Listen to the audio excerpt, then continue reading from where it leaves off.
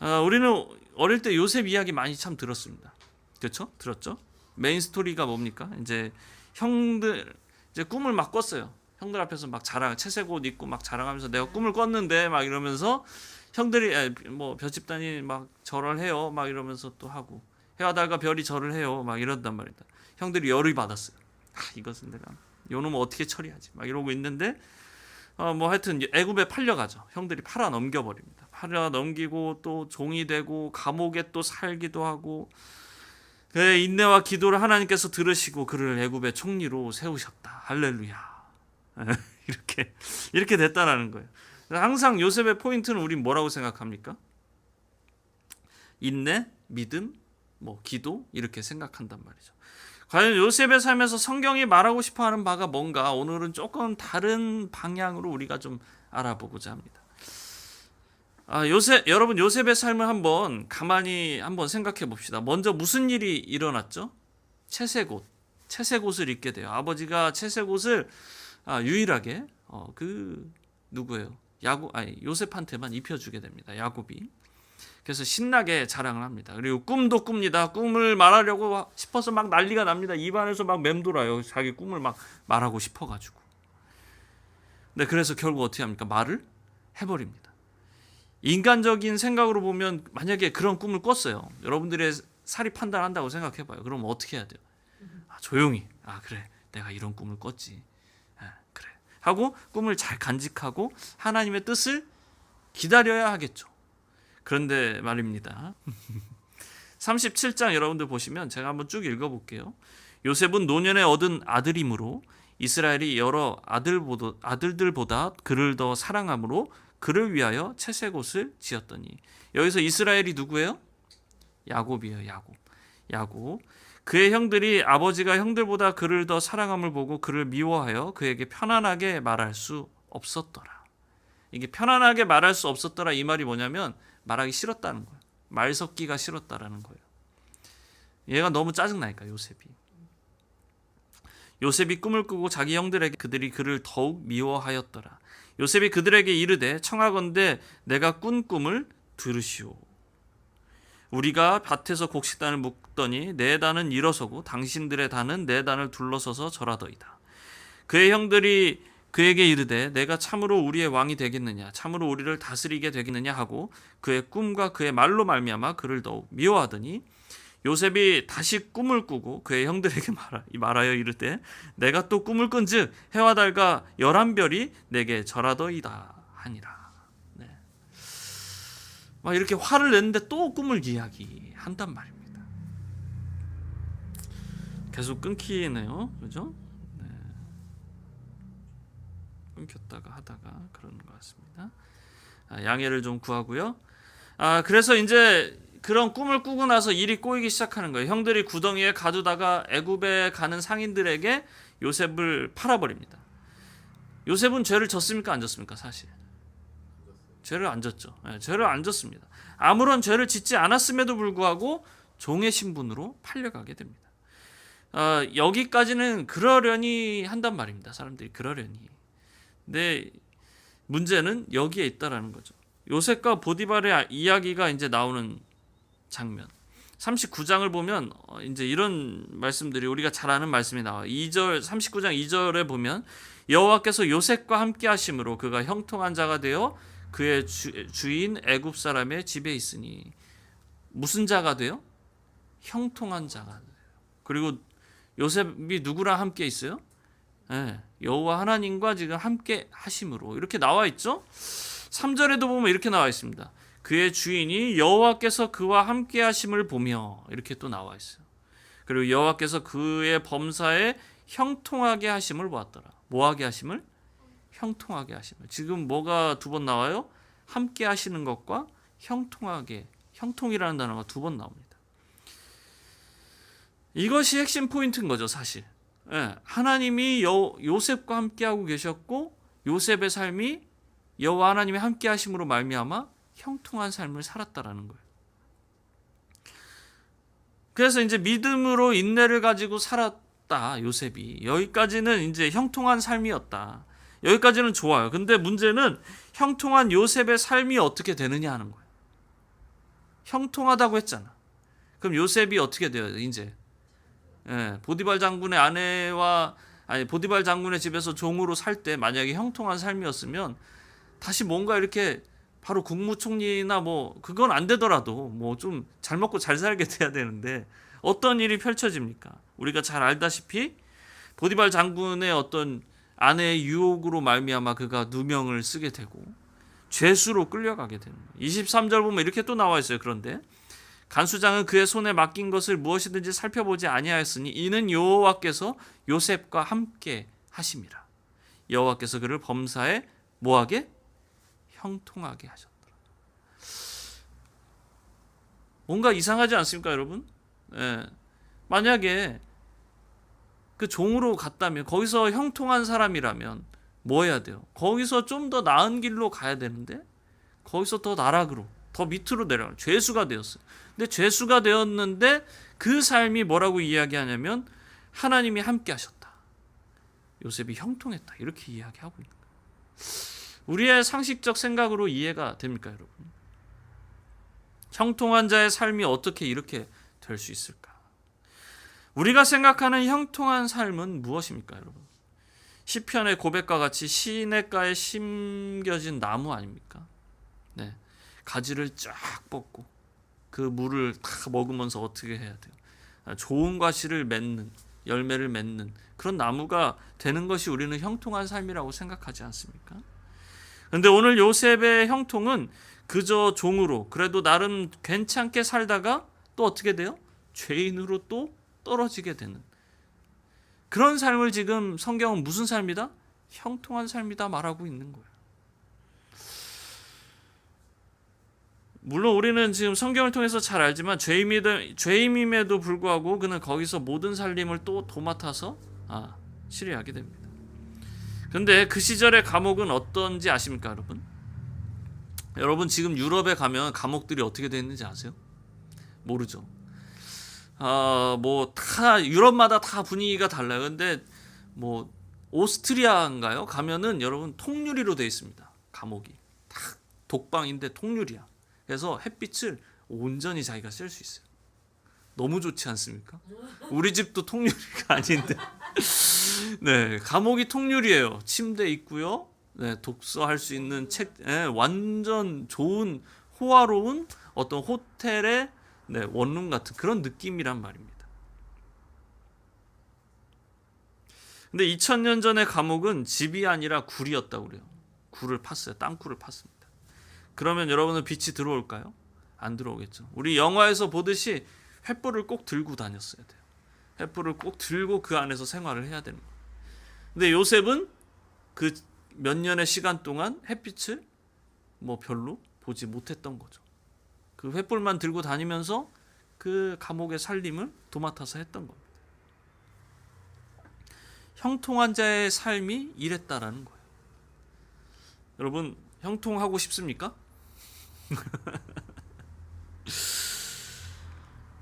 자, 여러분 이제 생각을 해보자고요. 요셉은 어떤 마음으로 살았을까요? 이제 어떤 마음으로 살았을까? 그런 시간들이 여러분 짧은 시간이라고 생각하면 순식간에 일어났다면 뭐 애굽에 팔려가고 뭐 종이 되고 그리고 뭐 죄수가 되는 시간이 뭐 1년? 아니 뭐 몇 개월? 이랬다면 여러분 어떨까요? 그냥 그래 하나님이 인도하신다 막 이런 어떤 소망을 갖고 살 텐데 17살에 애굽에 팔려갑니다. 그리고 그가 바로 앞에 섰던 나이가 30세예요. 그러면 13년의 시간 동안 물론 짧다면 짧다 말할 수 있지만 여러분 삶에서 13년이라는 시간은 그리 짧다고 이야기할 수 없겠죠. 그리고 그 기간의 삶이 누구보다 처절하고 비참한 삶이라면 하루가 1년 같을 겁니다. 그렇다면 여러분 과연 그 시간이 형통한 삶이라 우리가 말할 수 있을까? 우리가 신앙생활을 하면서 가장 안 되는 것 중에 하나가 뭐냐면 우리가 포기를 잘 못한다라는 거예요. 기다리지 못하고 포기하지 못하고 뭐 하길 원하면 내가 무엇인가를 꼭 해야 된다라는 생각들이 있다라는 거예요. 내가 목표를 잡지 않아야지 하지만 이미 잡고 있어. 결국 그 기다림이라는 것에 상당한 그래서 무기력함을 느낄 때가 참 많다라는 거예요. 무엇인가 내가 성과를 이루어야 하나님의 복을 받을 것이라는 생각들을 우리가 한단 말입니다.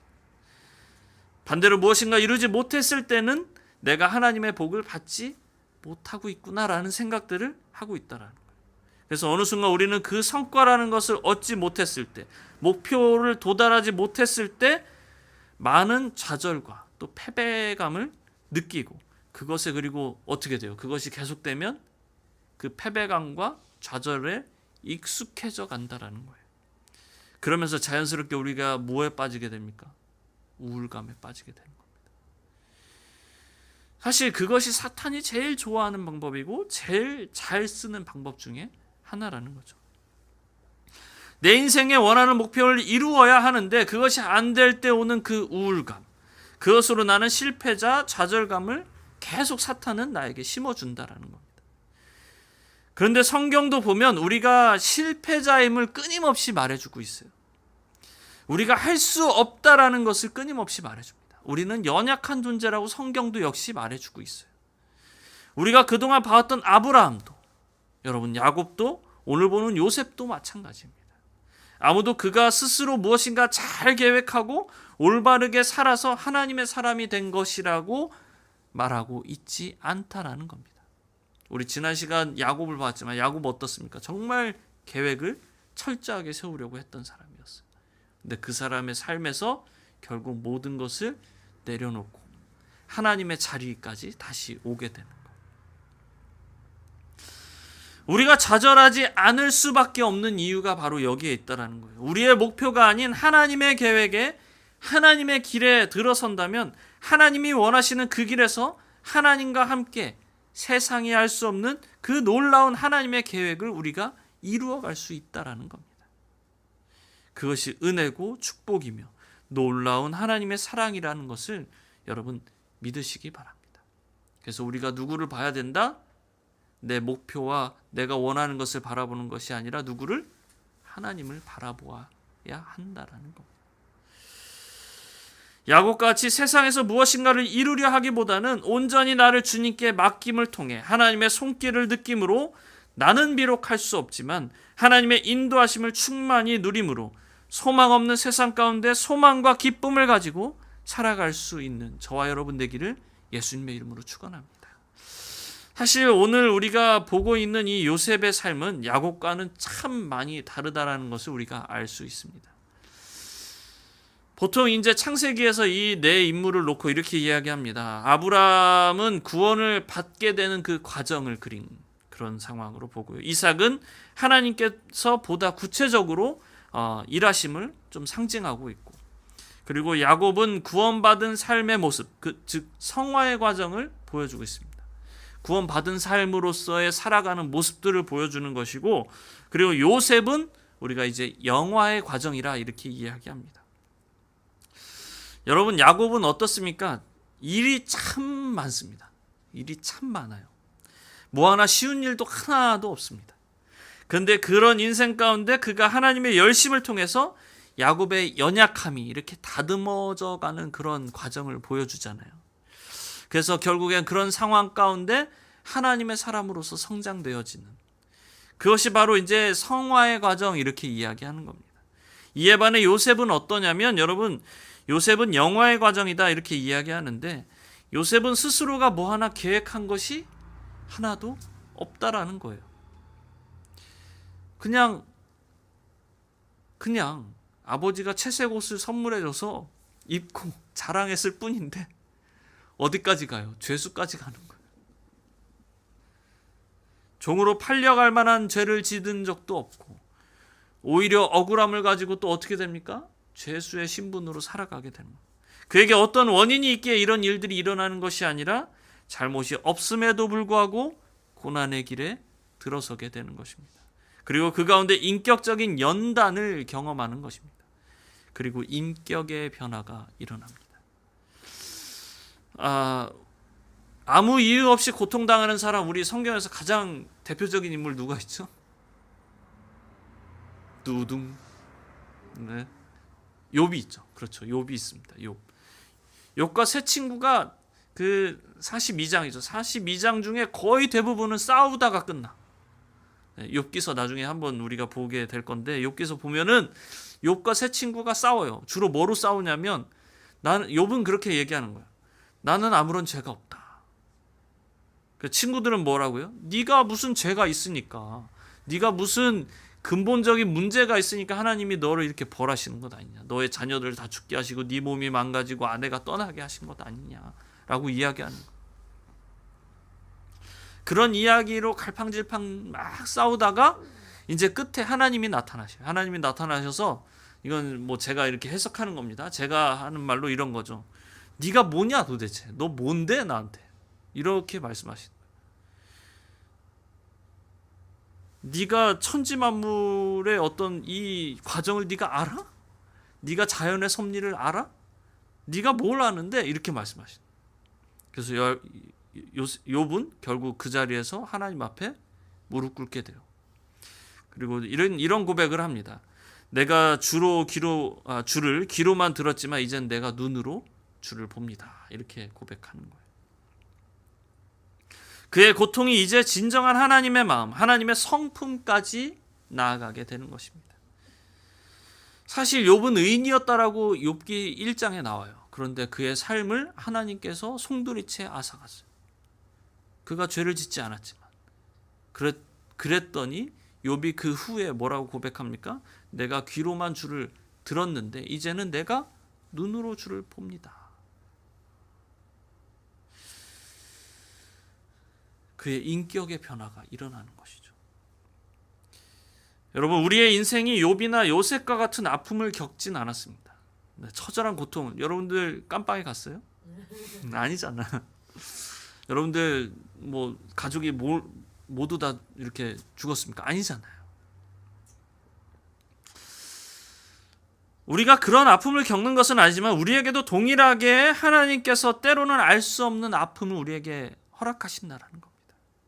신앙이 있지만, 믿음의 삶을 살아가고 있지만, 그럼에도 불구하고 주변에 보면 알 수 없는 이유를 통해서 아픔을 겪고 계시는 분들이 참 많다라는 겁니다.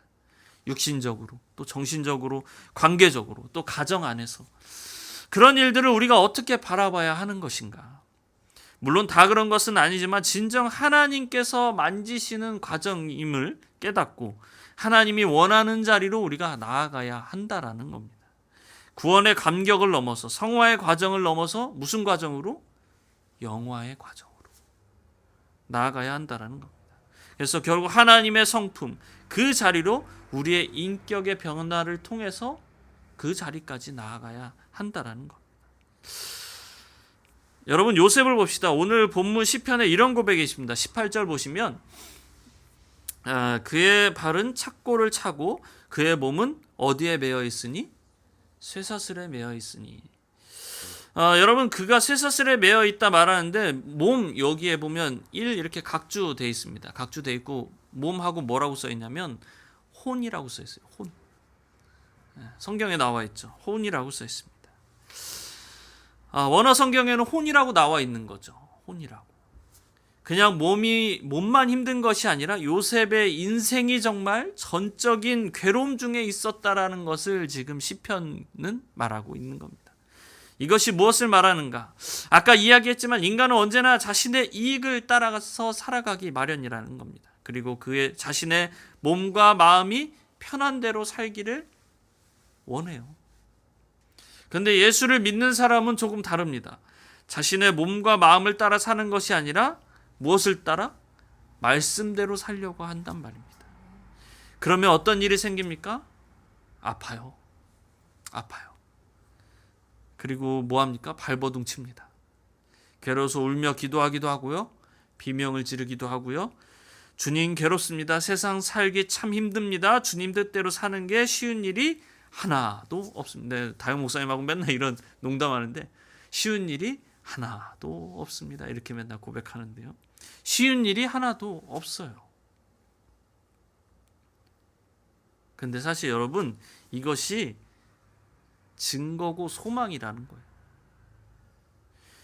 예전에도 말했지만 세상 사람들은 정말 그냥 편하게 산단 말입니다. 하지만 우리는 힘들단 말이에요. 왜? 우리 마음대로 사는 것이 아니라 그리스도인으로서 살아가려고 하기 때문입니다. 하나님의 말씀대로 그리스도의 삶을 쫓아 살려 하기 때문이라는 거예요. 그런데 우리는 맨날 어때요? 또 우리 인간적인 마음이 또 들어올 때가 있고, 우리는 맨날 왔다 갔다 하면서 갈등과 갈등 속에서 살아가고 있단 말입니다. 오늘 본문은 그것을 지금 말하고 있는 겁니다. 요셉이 힘들다고 말하는 겁니다. 괴롭다고 말하는 거예요. 영혼의 쇠고랑을 차고 있다고 말하는 겁니다. 제 지인 목사님 중에 한 분이 저에게 이렇게 이야기를 합니다. 주중에 일하는 어떤 직업을 가지고 있는 목회자인데 저에게 이렇게 말하는 거. 나는 참 괴롭다. 괴롭다. 이렇게 이야기하는 거예요. 내가 이 일을 하고 있는 게 맞는 건지 모르겠다. 예전에 꿈꿔왔던 어떤 목회적 어떤 사역을 다 하지 못하고 그냥 직업을 가지고 사는 것이 정말 맞는지 모르겠다. 그러면서 뭐라고 이야기하면 네가 부럽다 이러는 거예요. 저한테. 여러분 저 부러우십니까? 네. 안 부럽잖아요, 솔직히. 예. 그래서 이제 그 목사님이 저한테 그러는 거예요. 너는 너가 원하는 일 하고 하면서 원하는 사역하면서 목회하면서 살고 있지 않느냐. 그래서 제가 그랬죠. 난 네가 부럽다. 너처럼 안정적인 삶을 내가 살고 있지 못해서 난 네가 부럽다. 이렇게 이야기를 했어요. 그래서 나는 그런 마음에 내가 되게 불안해. 나는 그런 마음에서 내가 불안해서 나도 참 괴롭다. 이렇게 이야기를 했어요. 이렇게 목회를 하고 있는 것이 맞는가 모르겠다 나도. 그래서 제가 이제 그 목사님에게 한마디 더 보탰습니다. 사실 누구나 서로를 다 부러워한다. 서로 가지고 있지 않는 것을 서로가 가지고 있기 때문에 그것만 바라보고 있기 때문에 사람들은 서로를 부러워하고 자신의 삶을 괴로워한다. 그렇다면 나의 지금의 문제가 해결되면 내가 평안해지는가? 과연 그럴까요, 여러분? 해결되면 여러분들이 가지고 있는 지금 문제들이 해결되면 평안해질까요? 또 다른 괴로움이 나를 기다리고 있다. 내가 괴로운 건 내가 문제라기보다 내가 주변을 바라보고 있는 그 시선 때문에 내가 괴로운 것이다. 그래서 결국 우리는 무엇을 보아야 한다? 하나님을 보아야 한다. 맨날 답이 똑같은데 하나님을 보아야 한다라고 그 목사님에게 이야기해 줬죠. 목사님이 그래 맞다 이러면서 어쩌면 그 지 목사님도 또 저에게도 그리고 함께 예배하고 있는 저와 여러분 우리 모두에게도 결국 우리 모두는 넉넉한 신앙인은 될 수가 없어요. 넉넉한 신앙인. 우리는 항상 맨날 아프고 힘들 수밖에 없습니다. 우리의 신앙이 아프지 않고 힘들지 않다면 그거는 진짜 신앙인일까요? 물론 그러신 분들도 있을 겁니다. 하지만 중요한 것은 우리의 삶은 매번 갈등하고 넘어지고 쓰러진다라는 거예요. 또 고민하고 의심한단 말입니다. 우리가 하나님의 손에 붙들려 있기 때문에 우리가 맨날 고민하고 갈등하고 그럴 수밖에 없다라는 거예요. 우리의 갈등과 고민은 우리가 믿음의 길을 걸어가고 있기 때문인 줄로 믿습니다. 만약에 우리가 그 길에서 아프지 않다면, 괴롭지 않다면 우리의 믿음은 죽은 믿음입니다. 아니 그냥 죽은 겁니다. 여러분 고민이 많이 있습니까? 하나님의 자녀로서 살아가는 그 고민이 여러분 있습니까? 분명 고민이 있으실 겁니다. 예배를 드리는 것만 해도 고민되지 않습니까? 제 시간에 참여를 해야 되는가? 아니면 좀 여유 있게 집에서 영상으로 예배를 드릴 것인가? 아니면 내 것 좀 하고 나중에 저녁에 예배를 드릴 것인가? 아니면 뭐 현장에 나올 것인가? 뭐 예물을 얼만큼 드릴 것인가? 아니면 11조 다음으로 넘길까? 뭐 기도를 할까 말까? 성경 읽을까 말까? 뭐 이런 고민도 우리 많이 하잖아요. 솔직히. 근데 저는 여러분들에게 이걸 당당하게 말할 수 있는데 이건 뭐냐면 여러분들 그게 복입니다. 그게 복이에요. 하나님 앞에 여러분들이 나아가려고 발버둥 치는 그 모습이 여러분 그것이 복인 줄로 믿습니다. 그러니 여러분 그 자리에서 이제 하나님 앞에 나아가는 연습을 꾸준히 하십시오. 한 걸음만 더 나아가십시오. 한 걸음만 더 나아가십시오. 하나님께 의뢰하는 모습으로 여러분 나아가시길 바랍니다. 그래서 우리 안에 내재하고 계신 그 성령의 음성에 반응하시길 바랍니다. 창세기 45장 7절에 이렇게 나와 있습니다. 요셉이 이런 말을 합니다. 하나님이 큰 구원으로 당신들의 생명을 보존하고 당신들의 후손을 세상에 두시려고 누구를? 나를 당신들보다 먼저 보내셨나니. 요셉의 고백입니다. 억울하게 팔려갔던, 억울하게 죄수로 살았던 요셉의 고백이 나를 먼저 보내셨습니다 라고 고백하고 있는 겁니다. 요셉은 국무총리가 되고서야 이런 고백을 합니다. 하나님이 가족들을 위해 나를 미리 이곳에 보내셨다 이야기하는 거예요. 어떻게 이런 고백이 나올 수 있겠습니까? 그간 10몇 년 삶에서 겪어온 그 고통과 환난 속에서 그는 하나님의 인도하심을 조금씩 경험하고 성장되어진 것입니다. 그의 혼이 비록 쇠사슬에 묶여 있었음에도 불구하고 그는 여전히 하나님께 한 걸음 더 나아갔던 것입니다. 그의 혼이 비록 쇠사슬에 묶여 있어서 비명을 지르고 눈물을 흘려서 보냈지만 그 가운데 하나님을 의지했다라는 것입니다. 하나님께서는 그의 그런 훈련의 과정을 통해 요셉이 하나님의 사람이 되는 인격의 변화가 일어나기까지 요셉을 이끌어 오신 것입니다. 저와 여러분의 삶도 아마 이러한 과정 가운데 있을 것입니다. 저는 믿습니다. 저와 여러분이 지금 이 요셉의 삶의 어느 한 부분에 있을 것이라 믿습니다. 때로는 채색옷을 자랑하는 모습일 수도 있을 것이고, 때로는 애굽으로 팔려가는 그러한 상황일 수도 있을 것이고, 또 억울한 누명을 쓰고 죄수로 감옥살이를 하는 그러한 상황일 수도 있을 것이고, 하나님이 주신 달란트를 가지고 꿈의 몽을 잘 했는데도 불구하고 내 삶은 여전히 도루묵, 죄수의 삶으로 살아갈 수도 있을 것이고, 특별한 일이 일어나지 않는 그런 상황 가운데 좌절감을 느끼면서 그냥 죄수의 모습으로 있을 수도 있을 겁니다. 그러나 그러한 우리의 인생 가운데 하나님께서 우리를 하나님의 도구로 사용하시는 날이 분명 올 것입니다. 여러분 그것들을 소망을 가지고 살아갔으면 좋겠습니다. 오늘 본문 뒤에 이렇게 쭉 볼까요? 19절부터 22절 보시면 이렇게 나와 있습니다. 곧 여호와의 말씀이 응할 때까지라 그의 말씀이 그를 단련하였도다. 왕이 사람을 보내어 그를 석방하며 뭇 백성의 통치자가 그를 자유롭게 하였도다. 그를 그의 집의 주관자로 삼아 그의 모든 소유를 관리하게 하고 22절 그의 뜻대로 모든 신하를 다스리며 그의 지혜로 장교들을 교훈하게 하였도다. 장로들을. 하나님께서 요셉을 중요한 자리로 이끌어 가시는 겁니다. 그런데 사실 그 자리에 오기까지 그가 얼마나 많은 훈련을 해왔었겠습니까? 눈물 없이 말할 수 없는 그 처절한 바닥까지 갔던 요셉이 아니었습니까? 그랬던 그의 인생의 경험을 하나님이 이끌어내셨고 그렇게 잘 훈련된 그를 하나님께서 이제 하나님의 나라를 만들어 가시는 그분의 귀한 계획의 그 한 부분에 요셉을 세우신 겁니다. 그래서 이런 일들이 있죠. 요셉을 통해서 이제 이스라엘 백성들이 애굽에 들어오고 그리고 거기서 물론 노예 생활을 하지만 그들이 이제 나라를 이룰 만한 인구로 만들어져서 다시 한번 이제 출애굽을 하게 되는 놀라운 역사의 그 시작을 하나님께서 요셉을 사용하시는 거예요. 사랑하는 성도 여러분, 그냥 앞에서 앞뒤 이야기 다 자르고 총리된 요셉만을 보면 우리의 모습은 참 우울합니다. 그렇지 않습니까? 아브라함도 보면 앞뒤 다 자르고 믿음의 이삭을 딱 바치는 그 모습만 딱 보면 나는 저렇게 못 사는데 우울하잖아요. 여러분 그 길에는 분명 과정이 필요한 것입니다. 우리는 그 과정 어딘가에 지금 각자 있다라는 겁니다.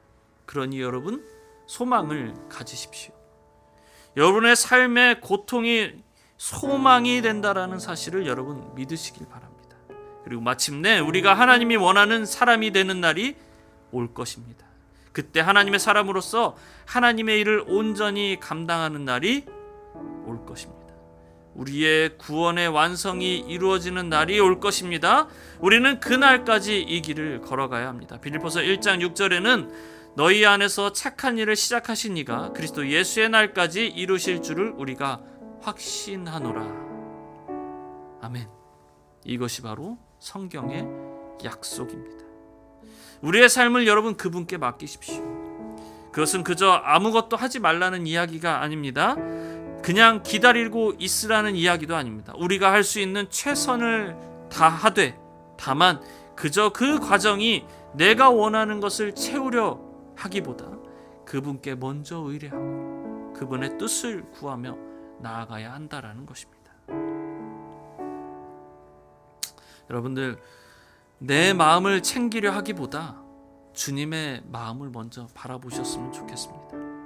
우리의 이성적 사고로 보면 손해나는 일이고 느려질 것 같지만 그 가운데 있는 그 누구도 누릴 수 없는 놀라운 은혜를 우리가 누리게 된다는 사실을 여러분 믿으십시오.